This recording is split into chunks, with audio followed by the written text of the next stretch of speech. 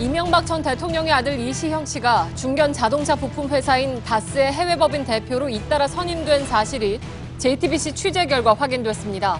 지난 10여 년 동안 실소유주 논란을 빚은 다스의 실체를 파악할 새로운 정황이 드러나며 또 다른 논란이 예상됩니다. 박근혜 전 대통령의 불법 대선 캠프에서 일했던 신혜원 씨가 JTBC가 보도한 태블릿 PC를 자신이 캠프에서 쓰던 것이라고 주장했습니다. 검찰 수사와 재판 과정에서 태블릿 PC의 진위 여부가 이미 검증됐지만 다시 고개를 드는 거짓 주장들을 짚어보겠습니다. 박근혜 전 대통령의 구속기한 만료를 일주일 앞두고 구속영장 추가 발부에 대한 청문 절차가 내일 열립니다. 추가로 영장을 발부해야 한다는 검찰 측과 이에 반대하는 변호인 측의 치열한 공방이 예상됩니다. 북미 긴장 속에 평화 협상을 강조하는 지미 카터 전 미국 대통령이 방북 의사를 밝혔지만 가능성은 낮다는 분석입니다. 트럼프 대통령은 한국 모함을 보내 대북 압박을 높여가고 있습니다. 연휴 마지막 날인 오늘 인천공항은 입국하는 시민 11만 4천여 명이 몰리며 혼잡했습니다. 오후 4시쯤 정체가 가장 심했던 고속도로는 밤 10시를 넘어 풀릴 것으로 보입니다. 정부가 외래 붉은 불개미에 대해 정밀 조사를 마쳤지만 확산 여부를 알 수 있는 여왕 불개미 사체는 찾지 못했습니다. 여왕 불개미가 살아있을 가능성을 두고 전문가들 의견이 엇갈리고 있습니다. 수소, 우주의 75%. 그 무한한 수소로 자동차를 달리게 하다. 현대자동차. 예, 시청자 여러분, JTBC 뉴스룸을 시작하겠습니다. 연휴 잘 보내셨습니까? 저와 안나경 앵커도 휴가를 마치고 돌아왔습니다. 자, 저희가 보도한 최순실 태블릿 PC가 조작됐거나 가짜라는 주장은 언제까지 계속될 것인가? 아마 뭐라고 해도 정치적 목적 때문에 계속될 것 같긴 합니다. 이런 주장이 나올 때마다 대응하는 것도 적절치는 않은 일이지만 가짜라고 주장하는 쪽이 기자회견까지 했고 많은 언론들이 이걸 옮겼기 때문에 오늘 주장의 그 문제점을 짚어드리는 것으로 대신하겠습니다. 잠시 후에 집중 보도해드리겠습니다. 오늘 저희가 그 전에 톱뉴스로 준비한 내용은 이명박 전 대통령과 다스의 문제입니다. 다스라는 중견 자동차 부품 회사는 지난 10여 년 동안 언론의 이름이 오르내려왔습니다. 여러 차례 또 여러 사람들이 다스 실소유주는 이명박 전 대통령이라고 주장했죠. 2007년에는 검찰이 그 이듬해에는 BBK 특검이 수사에도 나섰습니다. 검찰과 특검은 다스가 이명박 소유라는 증거가 발견되지 않았다고 했습니다. 그 이후에 BBK 사건의 핵심 인물 김경준은 140억 원을 다스에 돌려보냈습니다.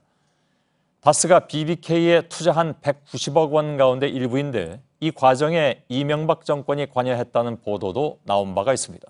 물론 밝혀진 것은 없습니다. 그런데 다스가 연매출 2조 원을 훌쩍 넘길 정도로 몸집을 키워오는 사이에 새로운 정황들이 나오기 시작했습니다. 다스의 최대 주주인 이상은 씨, 즉 이명박 전 대통령의 큰 형인 이상은 씨의 아들 대신에 지분이 1%도 없는 이명박 전 대통령의 아들 이시형 씨가 다스의 해외 법인 여러 곳의 대표로 선임된 사실이 확인됐습니다. 자, 먼저 정혜성 기자의 단독 보도입니다. 화물 트럭이 드나들고 직원들이 분주하게 움직이는 이곳은 중국 베이징에 있는 다스 공장입니다. 법인명은 북경 다스입니다. 차량 시트를 만들어 현대자동차 등에 납품을 하고 있습니다. 다스는 중국의 9곳 공장 법인을 운영하고 있습니다. 이 현지 법인 9곳 가운데 4곳 법정 대표, 즉 법인 대표로 이명박 전 대통령 아들 시영 씨가 선임된 사실이 확인됐습니다. 4곳 모두 한국 다스 지분이 100%인 법인입니다. 강소다스는 지난 3월 21일 최대 주주인 이상은 회장에서 이시영 씨로 변경됐습니다. 문등 다스 법정 대표는 지난해 12월 22일 이상은 씨 아들 이동영 씨에서 이시영 씨로 바뀌었습니다.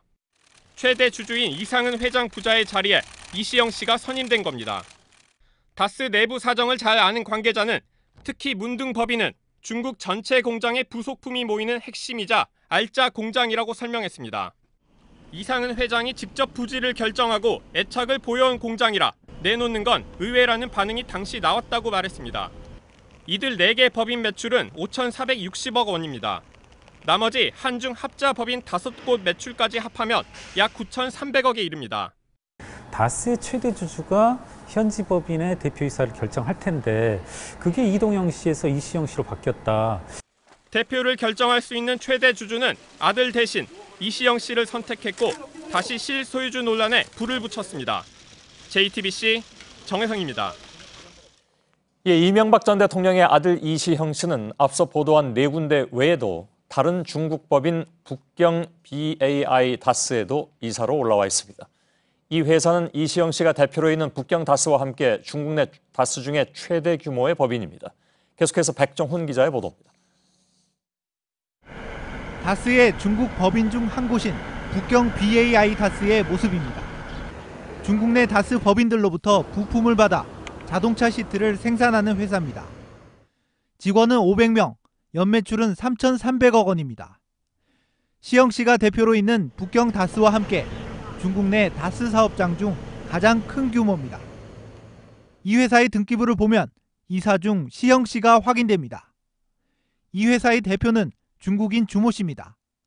중국인이 대표를 맡고 있지만 시영 씨가 이사로 경영에 참여 중인 것입니다.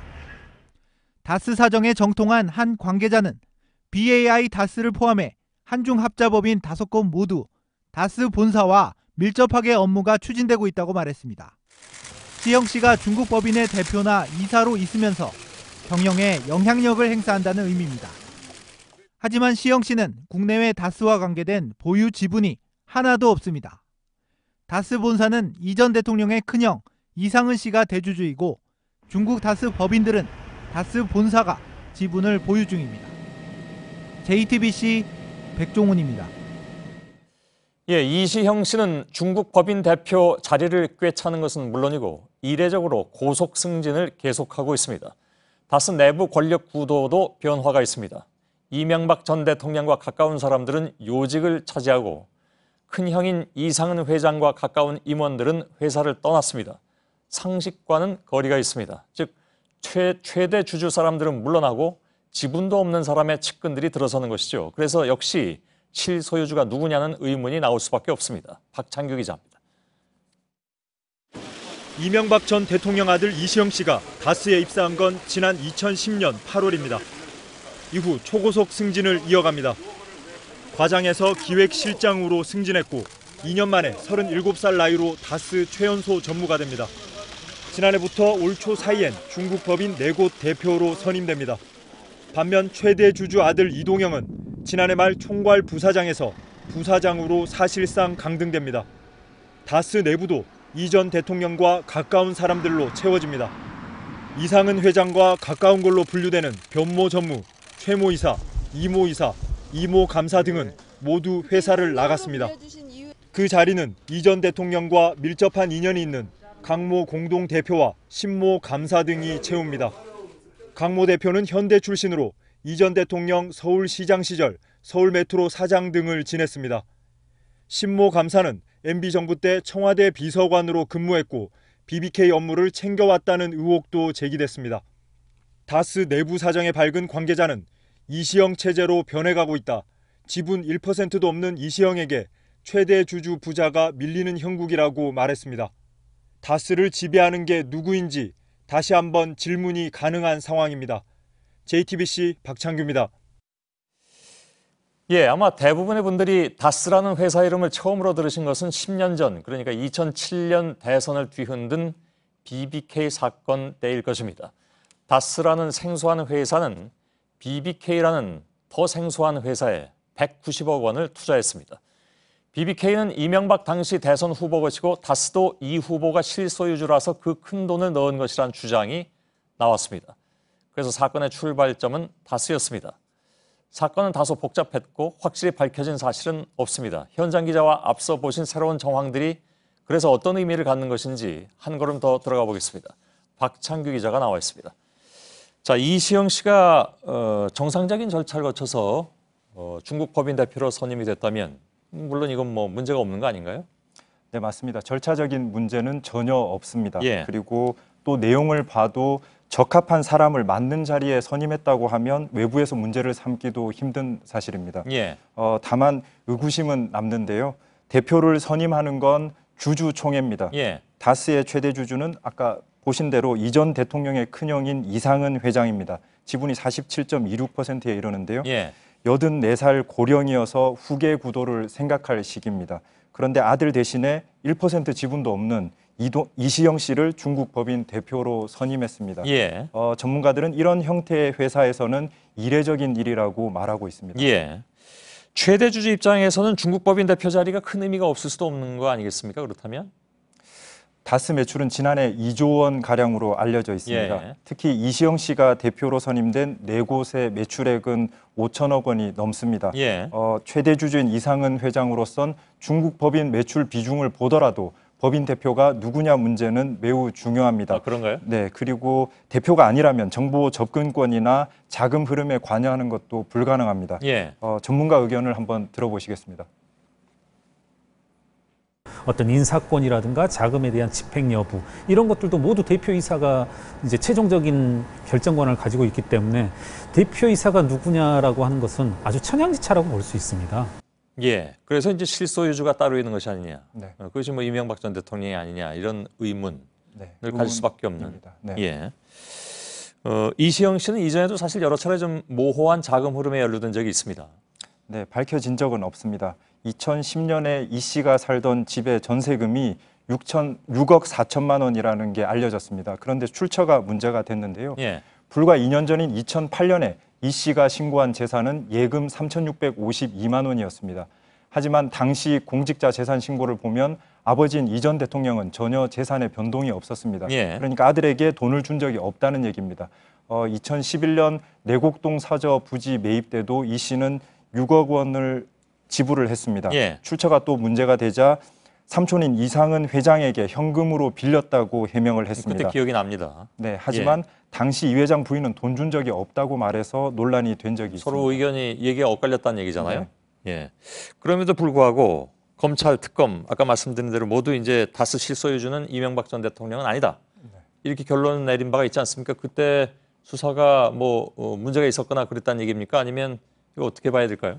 검찰이 내세운 근거는 다스 자금이 이 전 대통령에게 한 번도 흘러간 적이 없다는 것이었습니다. 예.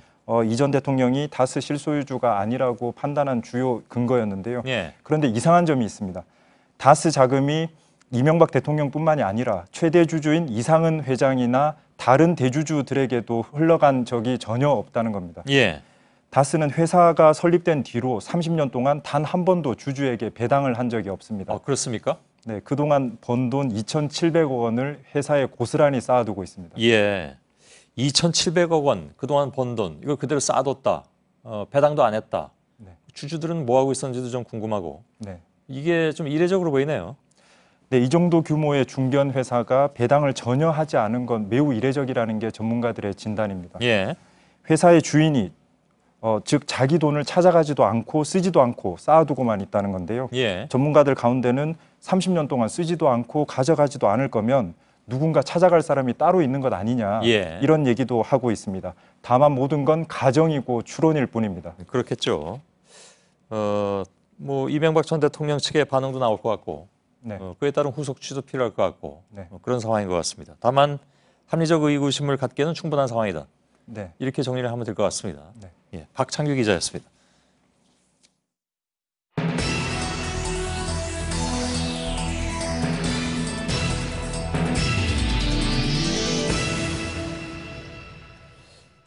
박근혜 전 대통령의 구속기한이 이제 일주일 남았습니다. 내일부터는 박 전 대통령의 구속기간 연장을 결정하는 절차도 시작이 됩니다. 그런데 이번에도 앞서 박 전 대통령의 탄핵과 구속을 앞두고 벌어졌던 것처럼 낯익은 풍경이 재현되고 있습니다. 바로 태블릿 PC 조작설입니다. 작년 10월 24일에 JTBC의 첫 보도 이후에 끊임없이 제기된 태블릿 PC 조작설은 그동안 검찰과 특검 그리고 재판까지 거치면서 근거 없는 거짓과 음해로 입증된 바가 있습니다.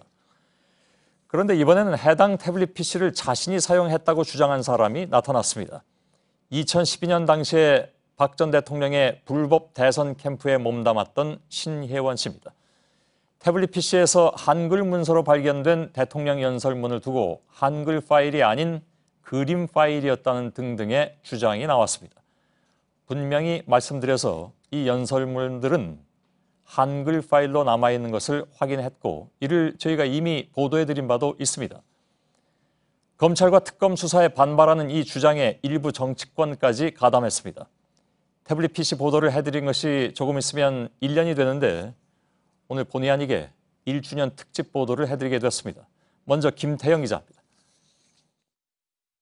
지난해 10월 JTBC 취재진이 촬영한 최순실 씨 사용 태블릿 PC입니다. 다운로드 폴더에 HWP라고 쓰여 있는 파일들이 보입니다. 파일을 열어보니 박근혜 전 대통령의 드레스된 연설문입니다. GIF 파일이란 신혜원 씨 주장과 달리 모두 한글 파일입니다. 신 씨는 검찰이 분석한 태블릿 PC 포렌식 보고서를 봤다며 드레스된 연설문이 한글 파일이 아니라고 주장했습니다.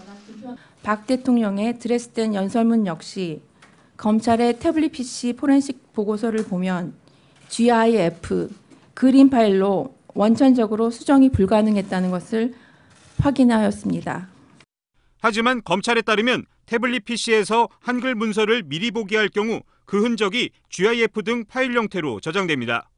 신 씨가 검찰의 포렌식 보고서에서 드레스된 연설문과 함께 기록된 GIF 파일이란 내용만 확인하고 근거 없는 주장을 펼친 겁니다. 특히 드레스된 연설문은 미리 보기뿐만 아니라 여러 차례에 걸쳐 다운로드돼 태블릿 PC의 한글 파일로도 저장이 됐습니다. 문서 파일 형태로 연설문을 받은 겁니다. 실제 검찰의 포렌식 보고서엔 GIF 파일뿐만 아니라 같은 내용의 한글 파일도 있습니다. 드레스된 연설문의 경우 곳곳에 수정된 흔적도 역력합니다. 검찰은 최 씨가 연설문 파일을 열어본 뒤 정우성 전 청와대 비서관과 수차례 연락을 주고받으며 내용 수정을 지시한 것으로 결론 냈습니다. JTBC 김태영입니다. 신혜원 씨는 JTBC가 입수한 태블릿 PC를 박근혜 대선 캠프에서 사용했다고 주장했습니다. 사용한 시기는 2012년 10월부터 12월까지라고 돼 있습니다. 그런데 대선 캠프에서 사용했다고 볼 수 없는 문서들이 수두룩합니다. 최순실 씨와 관련된 다수의 문서를 포함해서 국가기밀정보 등까지 다운로드 받은 기록이 있습니다. 신 씨의 주장대로 대선 캠프 관계자들이 썼다면 어떻게 그리고 왜 이런 문건들까지 받았던 것일까요? 이호진 기자입니다. 신혜원 씨는 박근혜 전 대통령의 대선 캠프에서 대선 기간인 2012년 10월부터 12월까지 태블릿 PC를 사용했다고 주장했습니다. 공개된 전화번호 목록, 카카오톡, 메일로 다운받았다는 SNS팀 운영 방안 등의 문서를 볼 때 제가 속한 대선 SNS팀에서 사용한 태블릿 PC로 보였기 때문입니다. 신 씨가 당시 태블릿 PC로 받았다고 주장한 홍보 SNS 본부 운영 방안 문건입니다. 작성 시기는 대선 이후인 2012년 12월 29일로 내용도 인수위 기간 동안 SNS 본부 운영 방안입니다. 특히 해당 문건이 태블릿 PC로 다운로드 받기 전날에는 신 씨가 대선 캠프에서 받아볼 수 없는 기밀 문서들도 담겼습니다. 호주 총리의 대통령 당선 축하 전화를 앞두고 작성된 참고 자료가 대표적입니다. 비공개로 진행된 박근혜 당시 대통령 당선인과 이명박 전 대통령과의 회담 참고 자료도 받았습니다. 우리 군이 북한 국방위원회와 3차례 비밀 접촉이 있었다는 기밀 내용이 담긴 문건입니다. 신 씨 주장대로라면 대선 캠프 활동을 했다는 신 씨가 대선 직후에도 인수위 홍보 전략이나 국방 기밀 등을 받아봤다는 겁니다. 특히 신 씨가 사용했다고 주장한 기간에 태블릿 PC에 저장된 문건들을 보면 최순실 씨와 관련한 문건들이 포함되어 있습니다. 최 씨가 1980년대 운영했던 유경재단 유치원 비판과 관련된 기사에 대한 반박 자료가 있고 최 씨의 딸 정유라 씨의 본명인 유연이라는 아이디로 작성된 유세문도 있습니다. 서강 바른포럼 회원인 신 씨는 2012년 대선 공식 캠프가 아닌 여의도의 한 빌딩에서 소셜미디어 계정 등을 이용해 불법 선거운동을 한 혐의로 처벌을 받았습니다. JTBC 이호진입니다. 신 씨뿐만이 아니라 최근 일부 언론과 정치권 등에서도 태블릿 PC 조작설이 불거져 왔습니다. 검찰의 태블릿 PC 포렌식 결과 이미지 파일 1,900여 개가 발견됐는데 최순실 씨 사진이 많지 않다면서 사용자가 다른 사람이라는 것이었습니다. 이 주장에 대해서도 저희들은 대응을 자제해왔습니다만 오늘 그 이유를 전해드립니다. 이런 주장은 컴퓨터에 대한 무지 혹은 잘못된 지식에 의한 주장인 것으로 보이는데 그 이유를 이선화 기자가 설명해드리겠습니다. 이 태블릿 PC에 엄청나게 많은 있다고 이렇게 얘기했는데 최순실 건이 없습니다. 사진 3장이 있는 거예요. 1900장 사진 중에서. 검찰의 태블릿 PC 포렌식 수사를 통해서 발견된 이미지 파일 중 최 씨 사진이 거의 없다는 주장입니다. 실제 검찰의 디지털 포렌식에서 분석된 이미지 파일은 1,900여 개에 달합니다. 하지만 소셜미디어나 이메일, 인터넷을 하는 과정에서 자동 저장되는 그림이나 사진들이 대부분입니다. 카카오톡 대화방에 등장하는 프로필 사진부터 이모티콘도 분석 파일에 모두 포함됩니다. 특히 국정농단 재판 과정에서 정호성 전 비서관의 경우 최순실 씨와 태블릿 PC로 이메일을 주고받을 때 문건 내용을 감추기 위해 메일 제목이나 내용에 연예나 스포츠 기사들을 첨부한 것으로 드러났습니다. 이때 해당 기사들에 첨부된 사진들도 포렌식 분석에서 이미지 파일들로 포함된 겁니다. 이와 달리 실제 태블릿 PC로 직접 촬영해 저장된 사진 폴더를 보면 최 씨와 박 전 대통령 관련 사진들이 대부분입니다. 최 씨가 직접 태블릿 PC를 들고 찍은 셀카 사진을 비롯해 최 씨의 조카 가족 사진들도 나옵니다. 또 태블릿 PC를 통해 메일로 주고받은 사진 파일엔 아무나 받을 수 없는 2013년 박 전 대통령의 저도 휴가 당시 비공개 사진 14장까지 들어있었습니다. JTBC 이선화입니다. 예, 속보도 한 가지 전해드리겠습니다. 어제 신혜원 씨가 태블릿 PC를 자신이 사용했다고 주장한 뒤에 검찰이 김한수 전 행정관을 상대로 관련 사실의 진위를 파악한 것으로 확인됐습니다. 김 전 행정관은 신 씨가 주장하는 태블릿 PC와 최순실 씨가 사용한 태블릿 PC가 다르다고 말한 것으로 취재됐습니다. 김 전 행정관은 앞서 지난달 재판에 증인으로 출석해서도 대선 캠프 SNS 팀에서 쓰던 2대 태블릿 PC를 더 개통한 바가 있는데 최순실 씨의 것과는 다른 모델이라고 설명한 바 있습니다. 심수미 기자입니다. 신혜원 씨는 김한수 전 행정관이 개통한 태블릿 PC는 대선 캠프에서 자신이 썼던 한 대뿐인 것 같다고 주장했습니다.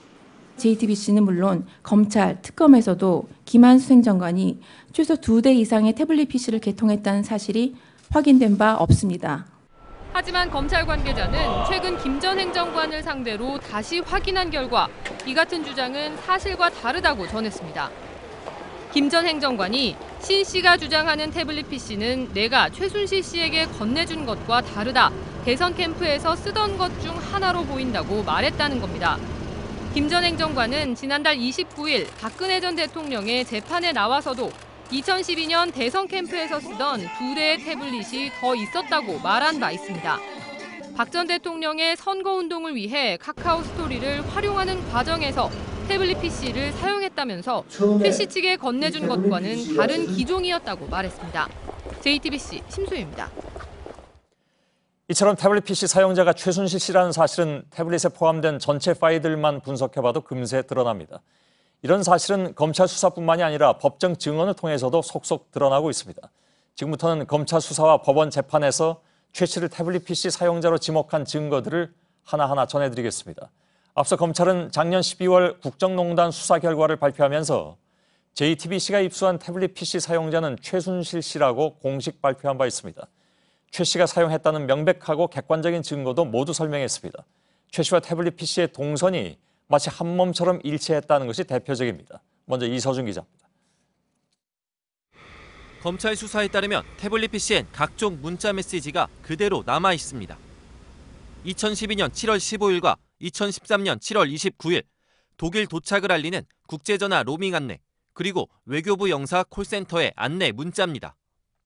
그런데 최순실 씨 출입국 기록을 보면 최 씨는 문자 도착 하루 전인 2012년 7월 14일과 2013년 7월 28일 한국에서 독일로 출국했습니다. 또 검찰이 태블릿 PC를 포렌식 분석한 결과 태블릿 PC는 2012년 8월 15일 제주도 서귀포시 부근에서 GPS 서비스를 이용한 것으로 나옵니다. 최순실 씨 역시 2012년 8월 14일 제주도로 떠났고 8월 16일 서울로 돌아온 항공편 기록이 있는 걸로 확인됐습니다. 최 씨와 태블릿 PC 동선이 일치하는 겁니다. 또 검찰은 해당 태블릿 PC에서 지메일 계정 2개에 접속한 사실도 확인했습니다. 청와대 문건 등 유출을 위해 아이디와 비밀번호를 비밀리에 공유한 정호성 전 비서관과 최순실 씨 등만 접속이 가능했습니다. 검찰 분석 결과 정 전 비서관은 문건을 해당 메일 계정에 보낸 뒤 항상 최 씨에게 보냈습니다 문자를 보냈고, 그 이후 JTBC가 입수한 바로 그 태블릿 PC에선 정 전 비서관이 보냈다는 문건이 다운로드되곤 했습니다. 검찰은 최순실 씨가 해당 태블릿 PC를 사용한 객관적 증거가 명백하다는 입장입니다. JTBC 이서준입니다. 김한수 전 행정관과 정호성 전 비서관 등 박 전 대통령과 최 씨 측근들은 법정 증언을 통해서 태블릿 PC 사용자가 최순실 씨라고 확인한 바 있죠. 특히 태블릿 PC 개통자인 김한수 전 행정관은 거짓 증언을 할 경우에 처벌을 받을 수 있는 증인으로 출석해서 입을 열었습니다. 김 전 행정관은 최 씨가 당신이 태블릿 PC를 개통해 줬느냐고 물었다면서 이 말을 듣고 최 씨가 태블릿을 사용하고 있다는 사실을 알았다고도 증언했습니다. 박민규 기자입니다. 최근 태블릿 PC의 개통자인 김한수 전 행정관의 법정 증언이 주목받았습니다. 김 전 행정관은 그동안 검찰과 언론 등에서 말을 아껴온 인물이기 때문입니다. 앞서 2012년 6월 해당 태블릿 PC를 개통한 김 전 행정관은 지난달 29일 재판에서 태블릿 PC의 실제 사용자가 최순실 씨라고 생각했다고 증언했습니다. 2012년 박근혜 전 대통령 대선 캠프에서 일할 때 태블릿 PC를 개통해 고 이춘상 보좌관에게 건넸는데 최 씨가 이걸 넘겨받아 사용했다는 겁니다. 특히 2012년 가을 압구정동 중식당에서 최 씨가 갖고 있는 흰색 태블릿 PC를 받고 이를 근거로 최 씨를 사용자로 추론했다고 했습니다. 또 최 씨가 이듬해인 2013년 1월 전화를 걸어와 인수위에서 일할 수 있냐고 묻더니 태블릿 PC를 당신이 만들어줬느냐는 질문을 했다고도 증언했습니다. 정호성 전 비서관 역시 본인 재판에서 드레스덴 연설문 등 태블릿 PC에서 발견된 3건을 포함한 총 47건의 청와대 유출 문건에 대해 최순실 씨에게 보내준 게 맞다고 인정했습니다. 정 전 비서관 측은 지난해 재판 초기 태블릿 PC 조작 가능성을 거론하며 재판부에 감정을 신청했다가 이를 철회하기도 했습니다. JTBC 박민규입니다.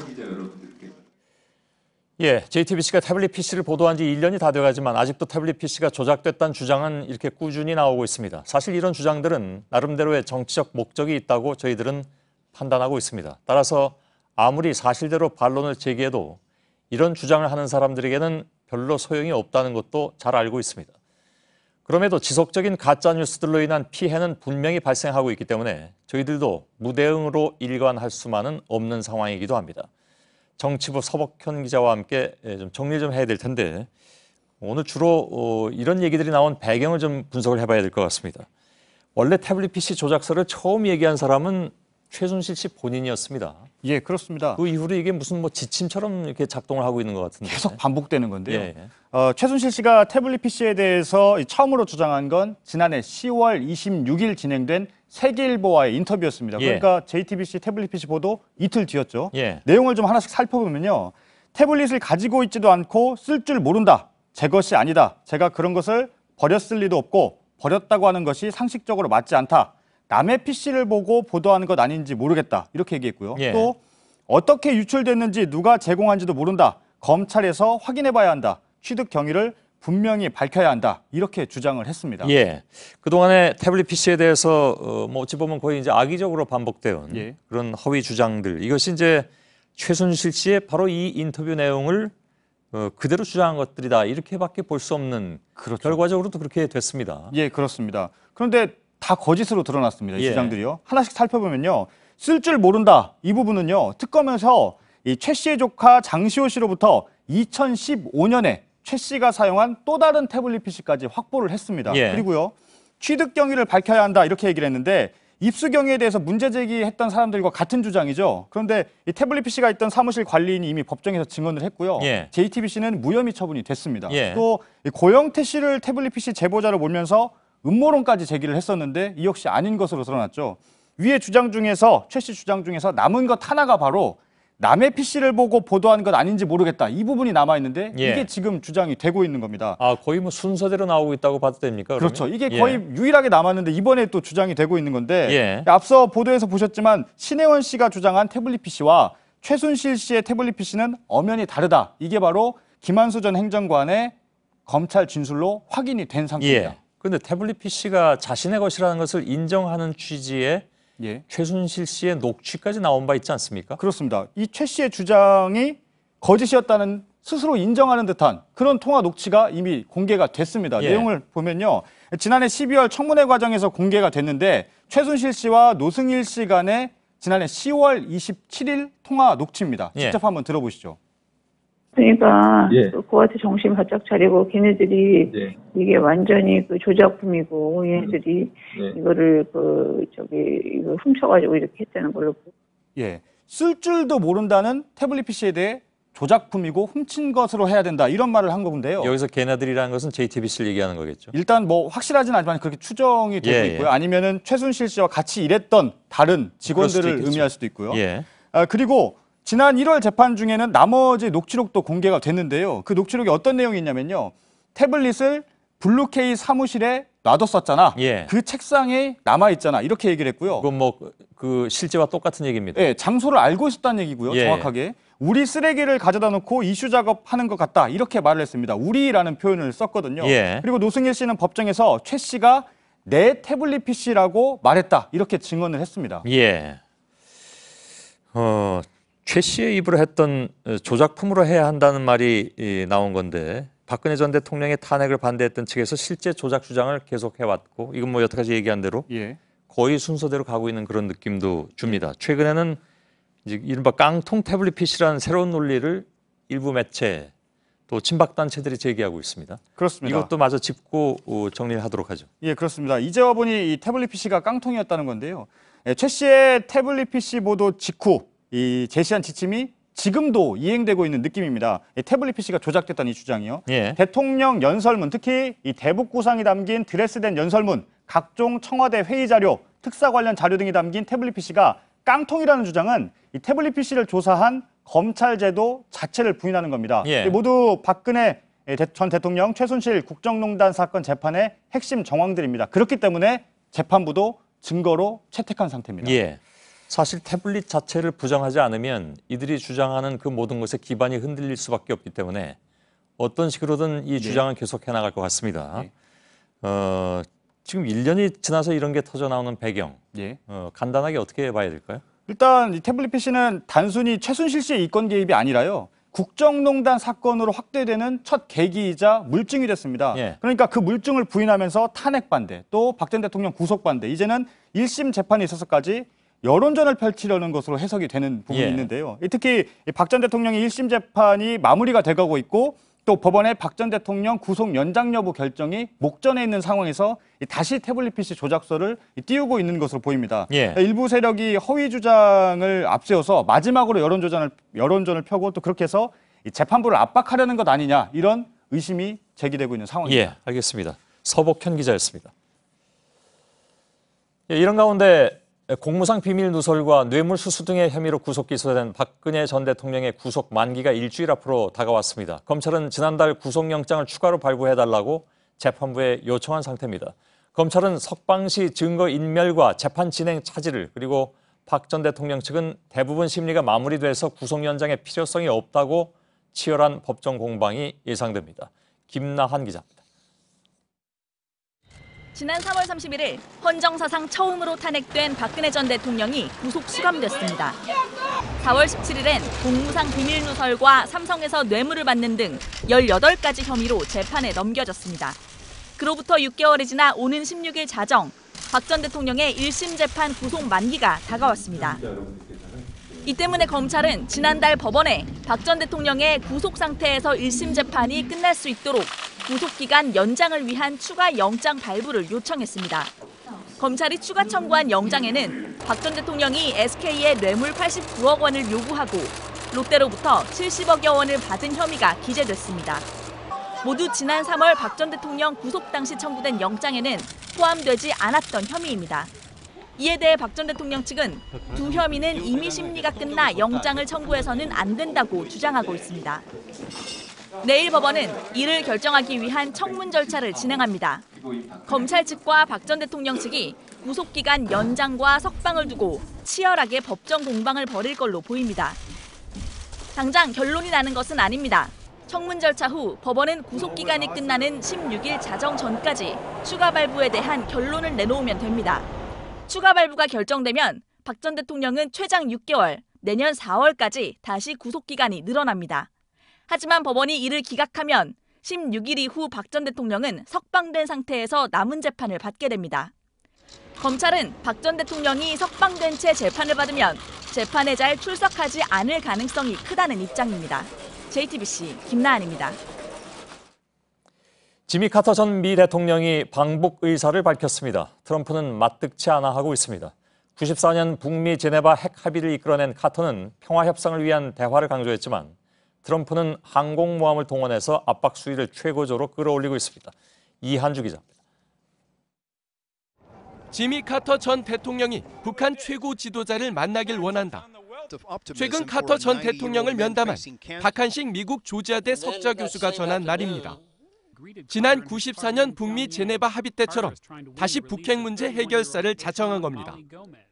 93살의 카터 전 대통령은 앞서 지난 4일 워싱턴 포스트에 평화협정 체결을 주장하는 기고문을 쓰기도 했습니다.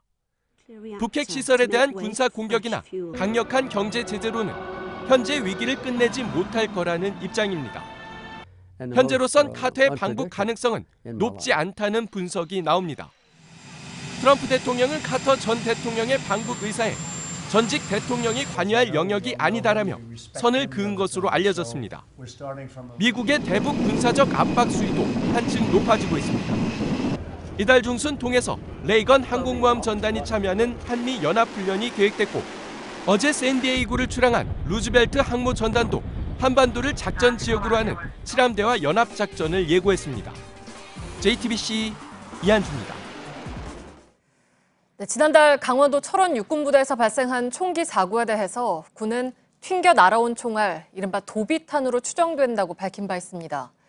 하지만 사격장에서 직접 날아온 유탄 때문이라고 국방부가 공식 발표했습니다. 사건 초기에 성급하게 도비탄으로 발표해서 사건을 축소하려던 것이 아니냐는 비판입니다. 김민관 기자입니다. 지난달 26일 진지공사를 마치고 부대로 복귀하던 고 이모 상병이 날아온 총알에 머리를 맞고 쓰러집니다. 국방부는 사건 발생 하루 만에 돌이나 나무에 맞고 튕겨나온 도비탄이라고 밝혔지만 특별조사 결과 사고 지점에서 340m 떨어진 사격장에서 날아온 유탄으로 확인됐습니다. 탄두 표면에 충돌 흔적이 발견되지 않은 점에 비춰 사격장에서 곧장 날아온 총알이라는 게 군 당국의 설명입니다. 군은 또 사격장에는 높이 28m의 방호벽이 있었지만 총구 각도가 정상보다 2.39도 높게 발사될 경우 방호벽을 쉽게 넘어간다고 밝혔습니다. 사고 장소 주변에서 유탄 흔적이 70여 개나 발견될 정도로 위험한 곳이었지만 사격 훈련 당시 출입을 막지 않았습니다. 군부대가 그동안 사격장 주변을 제대로 통제하지 않고 부실 관리해왔다는 걸 보여준다는 지적입니다. 군은 사고 발생 이후에도 곧바로 도비탄에 의한 사고로 잠정 결론을 내려 유족 등의 반발을 샀습니다. 유탄 사고에 비해 도비탄의 경우 책임 소재가 불분명해 처음부터 단순 사고로 처리하려 한 게 아니냐는 비판도 나옵니다. 군은 책임 간부 3명 등에 대해 업무상 과실치사 등의 혐의로 구속영장을 신청할 방침입니다. JTBC 김민관입니다. 중학생 딸의 친구를 살해하고 시신을 유기한 혐의를 받는 이른바 어금니 아빠 이모 씨에 대한 2차 조사가 이루어졌습니다. 어느 정도 의식을 되찾은 딸도 조사를 받았습니다. 특히 딸까지 시신 유기에 적극적으로 나선 것으로 보이는 영상이 공개돼서 충격이 더 커지고 있습니다. 오선민 기자입니다. 피해자 성적 학대 의혹 인정하십니까? 네, 뭐라고요? 전날 휠체어에 타 몸을 가누지 못하는 모습을 보이던 이 씨가 오늘 취재진 앞에서 입을 열었습니다. 조사가 끝난 후에도 직접 걸어 경찰서를 나왔습니다. 수면제를 과다 복용한 상태로 발견됐던 이 씨 상태가 호전된 겁니다. 하지만 실제 경찰 조사에서는 제대로 된 답을 하지 않고 횡설수설한 것으로 알려졌습니다. 이 씨는 지난 1일 자신의 중학생 딸 친구인 김모 양을 강원도 야산에 유기한 혐의를 받고 있습니다. 유기 이후에는 중랑구 자택이 아닌 도봉구의 한 빌라로 은신한 정황도 포착됐습니다. 이 사람은 거의 보증금도 제일 조금 받는 거 있죠. 한 달 사는 거 최소한으로 하고 이제 한다 그래서 그렇게 한 거예요. 이 씨는 유기 당시 탔던 자신의 차를 지인 박모 씨의 차로 바꿔 타는 등 사건을 은폐하려 했다는 의혹도 받고 있습니다. 딸 이양도 오늘 오전부터 의식을 회복해 오후엔 경찰 조사를 받았습니다. 이양은 아버지 이 씨와 함께 김양 시신을 유기한 혐의를 받고 있습니다. 사건 당시 CCTV를 확인한 결과 이양은 아버지 이 씨가 여행용 가방으로 친구 시신을 옮긴 과정을 도왔습니다. 경찰은 이 씨의 도피를 도운 혐의를 받고 있는 박모 씨와 이 씨의 유서를 인터넷에 대신 게시한 것으로 알려진 이 씨의 친형 등 주변 인물들로 수사를 확대하고 있습니다. JTBC 오선민입니다. 네, 그런가 하면 이 씨는 아내가 스스로 목숨을 끊은 다음 날 새벽 시신에 입을 맞추고 20일 뒤에는 영정 사진을 놓고 노래를 부르는 동영상을 찍어 올리기도 했습니다. 이어서 서효정 기자입니다. 지난달 6일 새벽 이 씨의 아내 최모 씨가 자택에서 뛰어내려 숨졌습니다. 이 씨는 그로부터 20여 시간 뒤인 지난달 7일 새벽 4시쯤 JTBC에 제보를 해왔습니다. 부인이 8년 넘게 성폭행을 당하고 투신했다면서 아내의 장례 비용과 몸이 아픈 딸의 수술비 3,500만 원이 필요하다는 겁니다. 그런데 이 글과 함께 이 씨는 상식적으로 이해가 가지 않는 영상도 보내왔습니다. 죽은 아내의 시신에 입을 맞추고 발등에도 입을 맞추는 모습을 본인이 찍은 동영상입니다. 여보.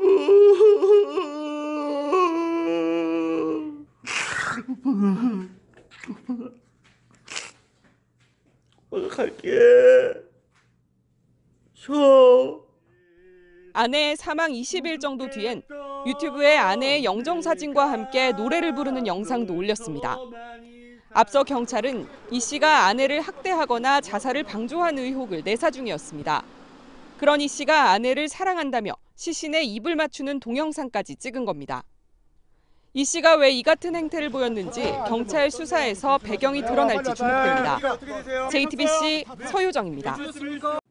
네, 연휴 마지막 날인 오늘도 인천국제공항은 돌아오는 시민들로 붐볐습니다. 고속도로는 대체로 원활했지만 늦은 오후부터 일부 구간에서 막바지 귀경 차량이 몰렸습니다. 신진 기자의 보도입니다. 즐거운 여행을 마치고 집으로 향하는 발걸음이 분주합니다. 인천국제공항 입국장은 오늘도 해외에서 연휴를 보내고 돌아온 시민들로 가득했습니다. 되게 오랜만에 가고 싶었던 나라를 정해서 다녀오게 돼서 되게 충전도 되고 좋은 시간이었습니다. 공항을 빠져나가려는 시민들이 많아지면서 공항버스도 추가로 배치됐습니다. 평상시 같으면 많은 시간이 아닌데 지금 어제하고 오늘 이 시간에 거의 지금 만석으로 나가거든요. 만차로. 여기 직원들 많이 힘들죠. 지금 땀 뻘뻘 흘리고. 오늘 하루 인천공항을 통해 도착하는 승객은 11만 4천여 명으로 예상이 됩니다. 어제 11만 7천여 명으로 역대 최다 기록을 세운 뒤 조금 주춤해졌지만 평소보다 수만 명 이상 많은 수준입니다. 반면 전국의 고속도로는 평소와 비슷한 수준을 유지했습니다. 다만 서울로 들어오는 차량이 어제보다 6만 대 정도 늘면서 늦은 오후부터 일부 구간에서 정체가 시작됐습니다. 도로공사 측은 밤 10시부터 정체가 해소될 전망이라고 설명했습니다. JTBC 신진입니다. 8일 부동산 대책 이후 잠잠하던 서울 아파트 값이 강남 재건축을 중심으로 다시 꿈틀거리고 있습니다. 연휴가 끝나고 정부가 내놓을 가계부채 종합대책의 강도도 높아질 것으로 보이는데 주요 규제 대상은 이번에도 다주택자들입니다. 박영우 기자입니다. 서울 잠실의 주공 5단지입니다. 50층으로 재건축하는 계획안이 통과되면서 호가가 오름세를 보이고 있습니다. 반포와 개포동 등 강남 4구에 위치한 주요 재건축 아파트 단지도 대부분 비슷한 모양새입니다. 한국감정원에 따르면 9월 마지막 주 강남 4구 아파트 가격은 전주보다 0.2% 올랐습니다. 한 주 전에 0.07%에 비해 눈에 띄게 상승폭이 커졌습니다. 이에 따라 정부도 이달 중순쯤 가계부채 종합대책을 통해 추가 규제를 내놓을 예정입니다. 특히 다주택자에 대해선 강도 높은 대출 규제가 더해져 사실상 신규 대출이 어려워질 것으로 보입니다. 핵심 수단은 내년부터 도입되는 새로운 총부채 상환 비율, 즉 신 DTI입니다. 이미 주택담보대출을 받은 사람이 추가로 대출을 받으려 할 때 지금까지는 기존 대출의 이자만 따져 갚을 능력이 있는지 심사했습니다. 하지만 신 DTI가 도입되면 기존 대출의 이자는 물론 원금까지 포함해 상환 능력을 평가합니다. 그만큼 추가 대출을 받기가 까다로워지는 겁니다. DTI의 적용 범위도 현재 수도권에서 전국으로 확대될 가능성이 높습니다. 정부는 가계부채 대책에 이어 임대주택 확대 방안 등을 담은 주거복지 로드맵도 발표할 예정입니다. JTBC 박여우입니다. 자유한국당 홍준표 대표가 문재인 정부에서 사실상 정치 사찰을 당했다고 주장했습니다. 근거로 수사기관이 자신의 수행비서의 통신을 조회했다고 했습니다. 그런데 그 내역을 보니까 불법 감청이 아니라 단순한 통신자료 조회인데다가 전체 6건을 조회한 것 가운데 4건은 박근혜 정부 때 이루어진 것이었습니다. 김혜미 기자입니다. 홍준표 대표는 문재인 정부의 정치 사찰 의혹을 주장했습니다. 검찰, 경찰, 심지어 군에서도 내 수행비서 전화기를 통신 조회를 했습니다. 정치 공작공은 홍 대표 자신은 전화기를 쓰지 않고 수행비서의 전화기를 쓰기 때문에 사실상 자신에 대한 정치 사찰이 아니냐는 겁니다. 하지만 한국당이 내놓은 조회 기록 문건을 보면 통신 조회 건수는 총 6건으로 그중 4건은 문재인 정부 출범 이전에 이뤄진 것이었습니다. 박근혜 전 대통령의 직무가 정지된 시기였지만 박 전 대통령 내각되었습니다. 통신 자료 조회는 고객 이름이나 주민번호 등을 확인하는 것으로 통신 내용을 실시간으로 들여다보는 감청이나 상대방과 통화 시간을 확인하는 통신 사실 확인과는 다릅니다. 관련 법상 수사기관이 당사자에게 통지해야 할 의무는 없습니다. 민주당은 홍 대표 주장대로면 오히려 이전 정부 때 정치 사찰을 한 게 아니냐고 반박했습니다. 남의 눈에 든 티는 나무라면서 제 눈에 들보는 보지 못한다는 속담을 떠오르게 합니다. 자유한국당은 주요 당직자들의 통신자료 제공 내역 확인서를 추가로 요청할 계획이라고 밝혔습니다. JTBC 김혜미입니다. 네, 이번엔 붉은 불개미 관련 소식입니다. 방역당국이 벌써 열흘 넘게 전국의 항만을 수색하고 있지만 추가로 군집을 발견하지도 못했고 그렇다고 여왕개미 사체를 찾지도 못하고 있습니다. 이미 한국 지형에 적응을 마쳤을 가능성도 나옵니다. 박소연 기자입니다. 부산항 간반부두에서 직선거리로 2km가량 떨어진 신선대입니다. 얼마 전 발견된 외래 붉은 불개미가 서식지를 넓혔을 가능성을 조사한 건데 국내에서 흔히 발견되는 개미 11종만 확인했습니다. 부산항 간반부두와 반경 20km 안쪽의 야산과 주택가 정미수색에서도 결과는 같았습니다. 그래서 소독약 처리하고 한 부분을 봐서는 죽었을 가능성이 높은 것으로 보고 있습니다. 문제는 확산의 관건인 여왕개미의 사체 또한 찾지 못했다는 점입니다. 지금 날씨가 추워지기 때문에 이 여왕개미가 양 속으로 들어가서 동면에 들어갈 가능성이 높습니다. 붉은 불개미의 생태 습성상 이미 또 다른 여왕개미가 출현했을 가능성도 배제할 수 없는 상황입니다. 때문에 활동이 다시 시작되는 내년 봄을 포함해 2, 3년 정도는 추적 조사를 계속해야 한다고 전문가들은 조언합니다. 이런 가운데 살인개미라는 표현이 과장됐다는 지적도 나오고 있습니다. 붉은 불개미의 독성이 꿀벌 수준이라는 겁니다. 하지만 알레르기 반응이 있는 사람은 급성 쇼크가 올 수 있는 만큼 물리지 않도록 주의해야 합니다. JTBC 박소연입니다. 네, 내일 전국이 흐려지며 강원 영동은 낮부터, 서울 경기와 강원 영서는 밤부터 비가 옵니다. 비가 그치면 기온이 많이 내려갑니다. 예, 오늘 휴일 연휴 마지막 날입니다. 뉴스룸은 조금 단축 편성해서 지금 여기까지만 진행하도록 하겠습니다. 뉴스룸 끝난 이후에는 소셜 라이브가 오늘 월요일이기 때문에 진행이 됩니다. 어금니 아빠 사건에 대해서 사회부 취재기자들이 준비하고 있습니다. 저희들은 내일도 최선을 다하겠습니다. 여러분 고맙습니다.